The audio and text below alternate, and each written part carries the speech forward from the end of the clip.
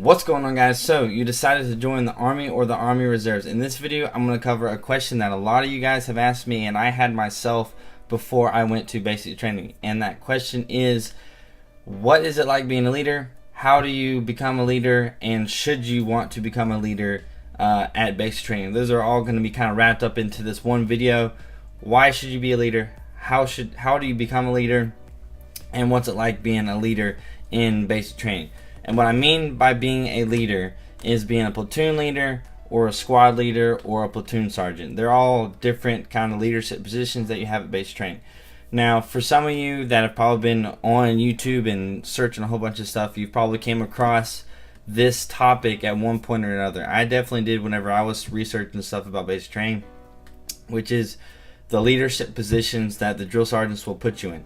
And some people will say, avoid at all costs the leadership positions because it only makes basic training harder. And some people may say that you should do it, if you want to be all hua and stuff like that, go and pursue and try to become a leader or be a platoon leader at basic training.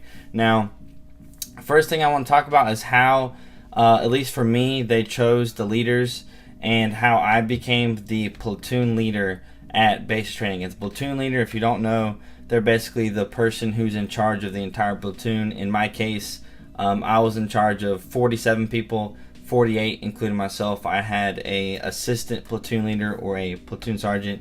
I had 4 squad leaders, and then I actually had an alpha team leader and a bravo team leader for each of my squads.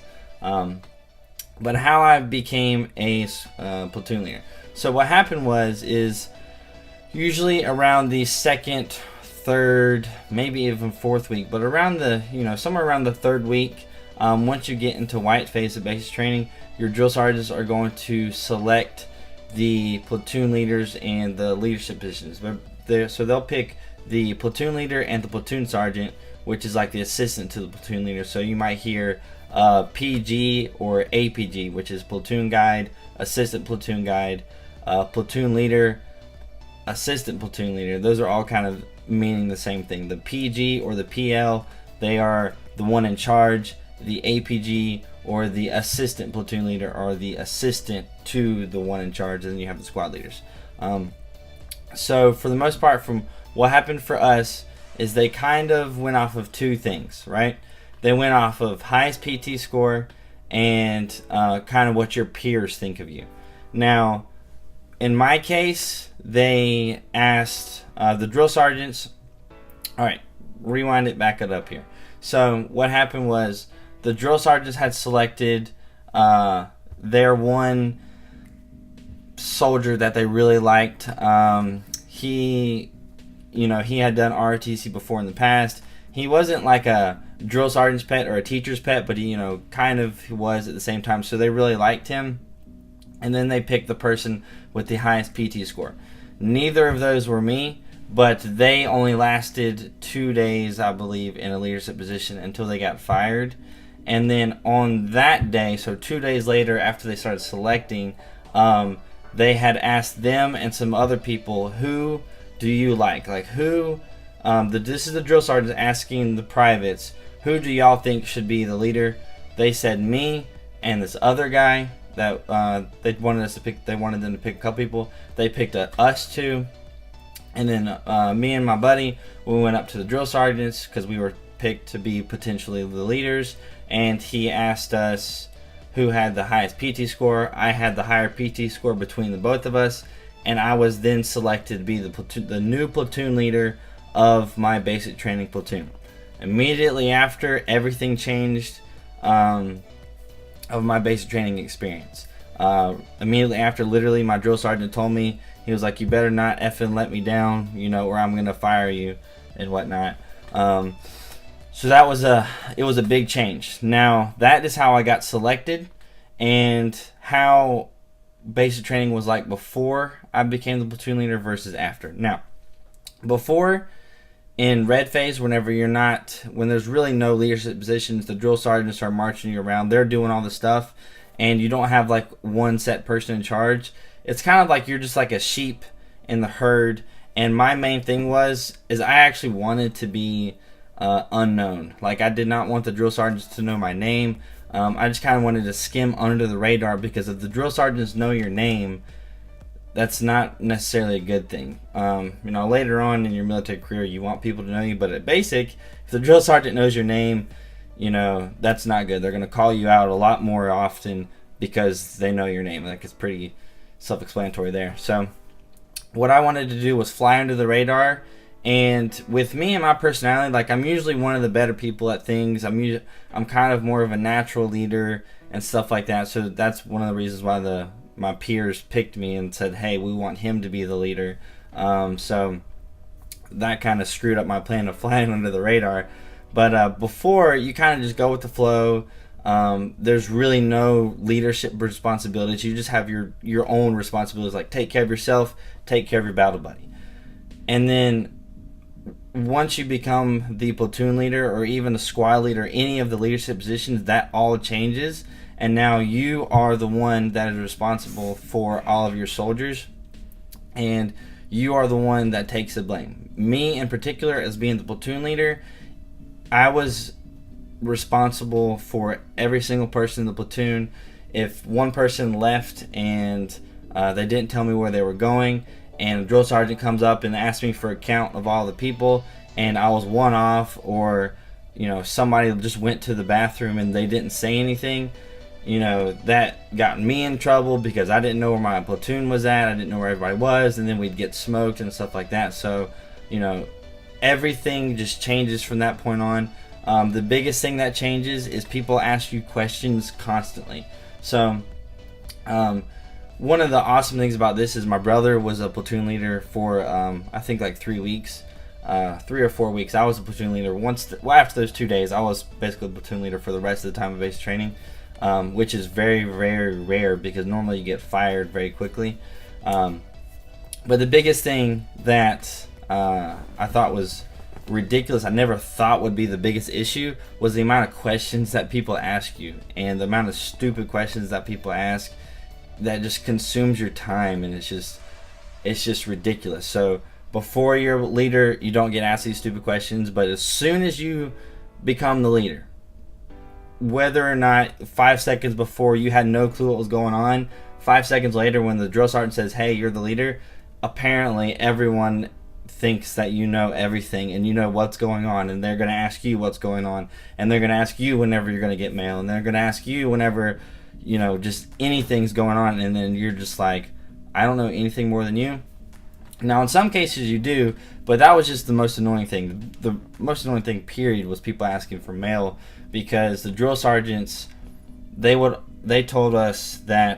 me to only come and talk to them if it's life, limb, or eyesight. So meaning if one of the privates is gonna die, if they're gonna lose a limb, or they're gonna lose eyesight, come and talk to me.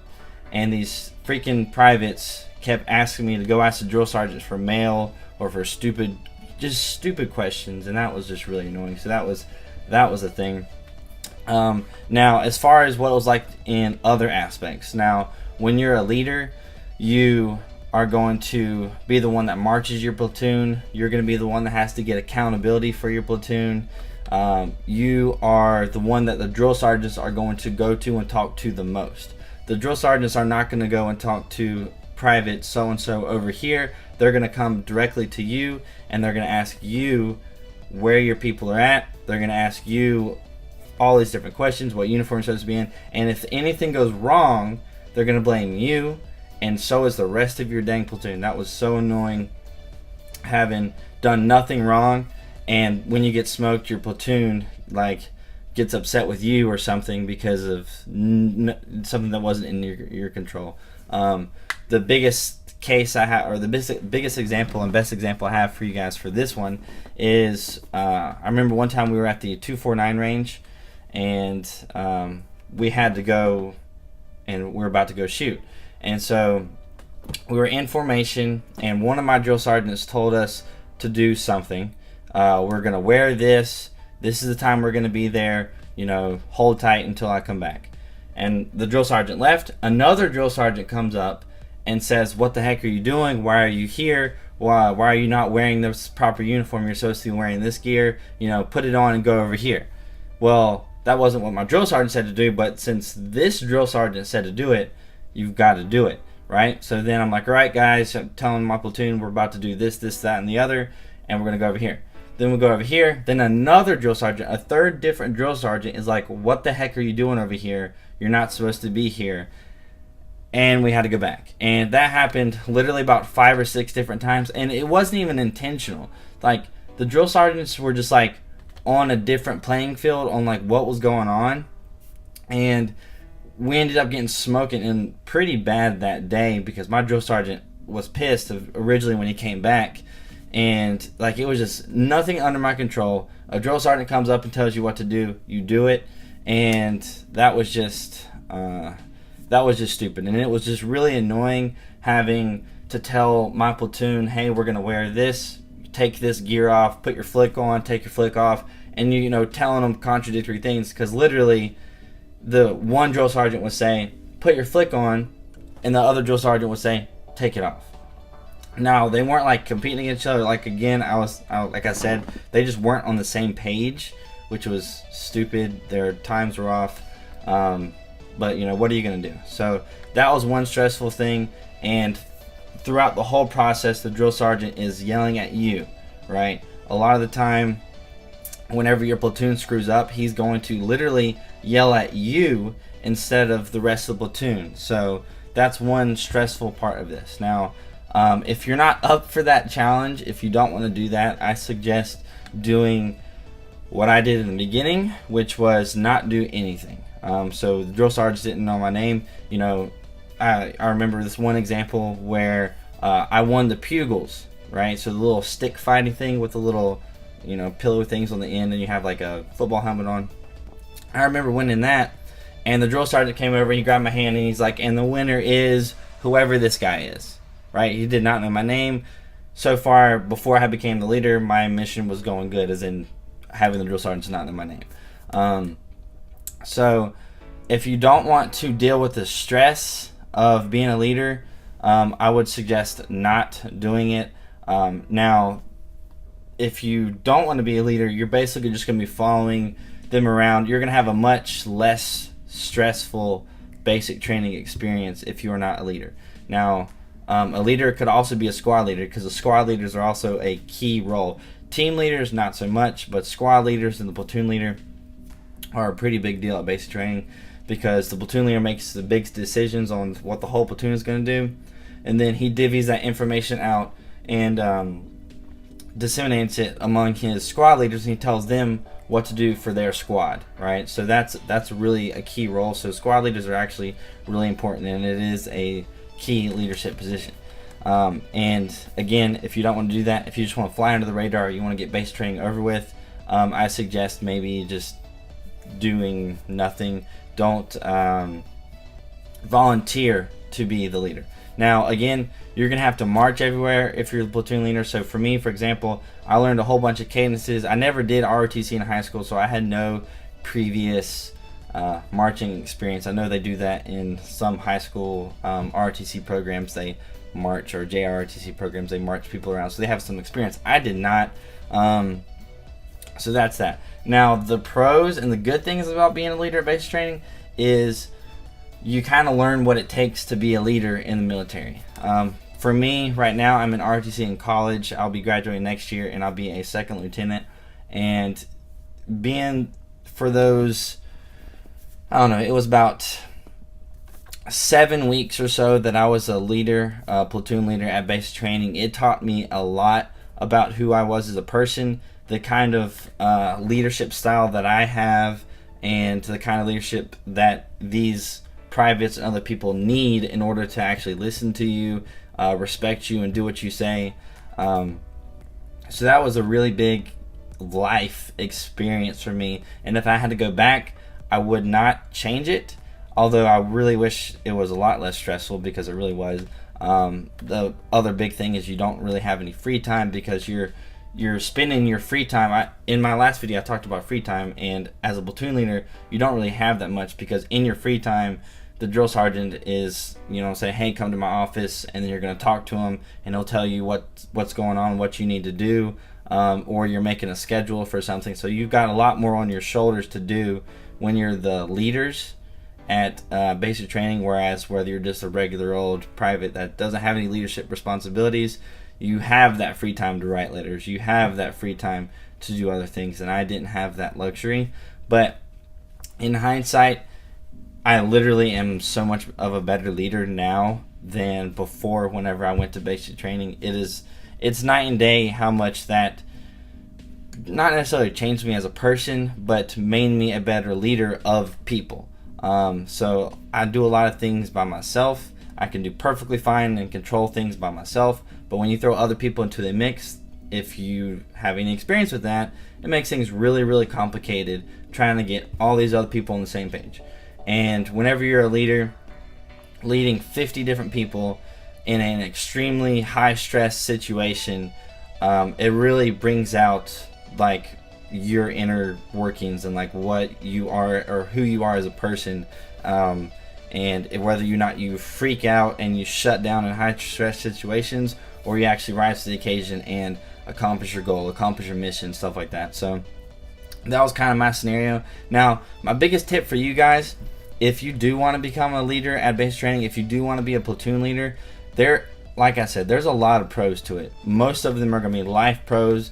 A lot of those people are going to be people that want to strive for the future, possibly get an Army Achievement Medal at the end of basic training, stuff like that. But if you just want to coast by and not worry about anything, don't do it. But the biggest advice I have for you guys when you're at basic training, because some of you watching this right now, I know a lot of you guys are about to leave for basic training. If you become a leader at basic training, the biggest piece of advice that I can give you is making a decision and sticking with that decision. You are the leader. The drill sergeants will tell you whenever you become the platoon leader, they will tell the whole platoon that whatever you say, it is as if a drill sergeant is saying it. So when they made me the platoon leader, if I told this private to go and scrub the bathroom floors, they should go and scrub the bathroom floors because I told them to, right? Now, you have to earn some kind of respect and things like that before you can get to that level whenever you can literally say, you, and you, go get your stuff and go, scrub the bathroom floors. It literally happened. I had to do that. But the biggest thing is making a decision and sticking with that decision, because there's so many people in the platoon. You're not going to be able to please everybody. Everybody is not going to be happy with your decision. I don't care if it is the easiest and most simplest, and in your mind, the most straightforward and least complex decision ever. Somebody is going to disagree with you. Somebody is going to argue with you about it.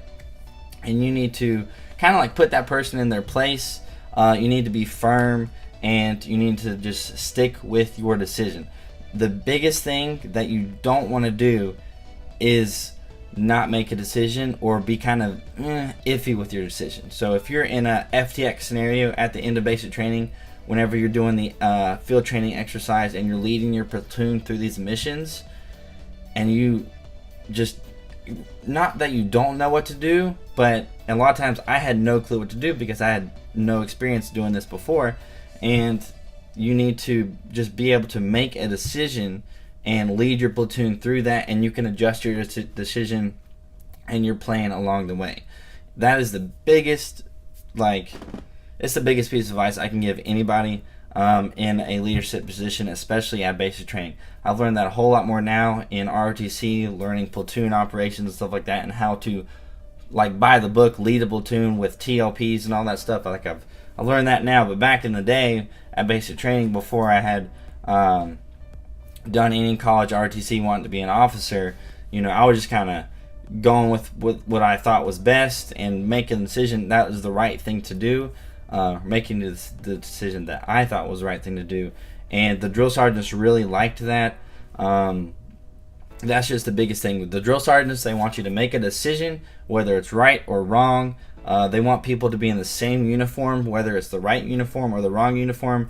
If you're supposed to be in ACUs, like worst case scenario, if you're supposed to be in, OCP now, if you're supposed to be in OCP uniform and your whole platoon is in the PT uniform, the drill sergeant's going to walk in and be like, why the heck are y'all all in PTs?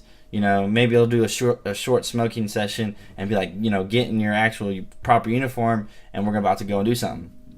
That may seem like it was bad, or it may seem like, why the heck would you be in the wrong uniform? Well, sometimes it might happen, but the worst thing that you could do in that situation, and as far as uniform goes, is having like half of you being in one uniform and the other half being another uniform, or even worse, like there being like 3 or 4 different types of uniforms that are people wearing. So like some people wearing their OCPs, some people wearing the OCPs without the top on, some people, I don't know, not with boots on, some people with PTs on. So like being in the proper uniform is like huge in the military. Like be in the right place at the right time and be there in the proper uniform.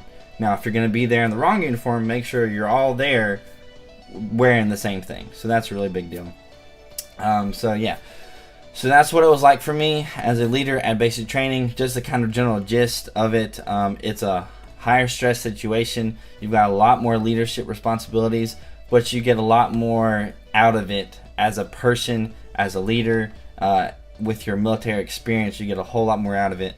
Whereas if you didn't become a leader, because even when I went to AIT, whenever I said, hey, I was the leader at basic training, I was the platoon leader, like my platoon sergeant at AIT was like, oh wow, you were a leader, like, you know, I want you to be the leader here. And I'm like, nope, I've had enough of that, because when I got to AIT, I just wanted to go to the gym and actually start working out again.